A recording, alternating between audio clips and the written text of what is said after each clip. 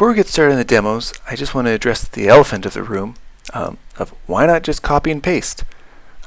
People often think, well, I can just write in WordPress and then copy and paste into Google Docs or Microsoft Word, and then from there I can export to the different formats. Or the opposite, I'll write in Microsoft Word first and then copy and paste into WordPress.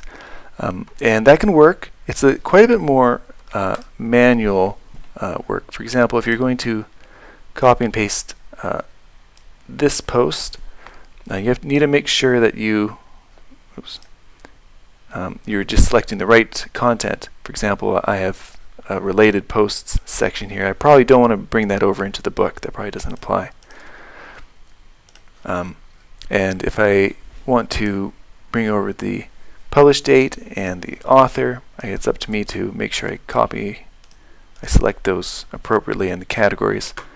It starts to become a little tedious, especially when it gets to, there might be some formatting changes. For example, with hyperlinks, let's say you have some hyperlinks here that point to elsewhere on the website, and they're actually content that I'm going to include in this book. I probably don't want the book to have all these links off to the website. I want them to instead link to the appropriate part in the book, if I'm going to keep them at all. Maybe I want to remove them, but if I'm going to keep them, I need to instead update them to all be anchor links. And however you do that in Google Docs, I don't remember if you can even in Google Docs. You probably can, but I don't remember how off the top of my head. Images work okay. They lose your captions on you. Copying and pasting over YouTube videos from posts, well, it doesn't, Google Docs doesn't bring over the YouTube videos at all.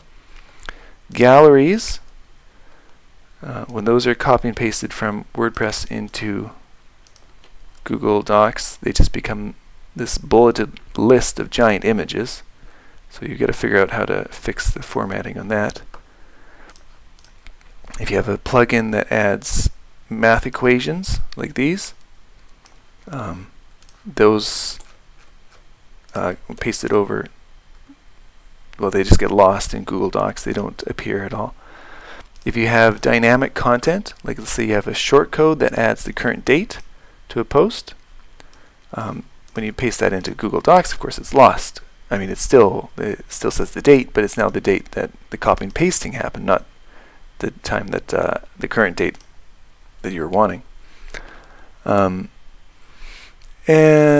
updating content is another important thing to remember, that when you copy and paste content into Google Docs, even if it works fine, you now have two copies of the content. If there's a typo you need to fix or content you want to update, you've got to do that in both places, both in the document and in the post. So it quickly becomes quite a lot of work and quite a lot of hassle to be copying, pasting back and forth. So we thought there must be a better way, and it turns out, yes, there are. There's lots of better ways, and we're going to show you those right now. Thanks.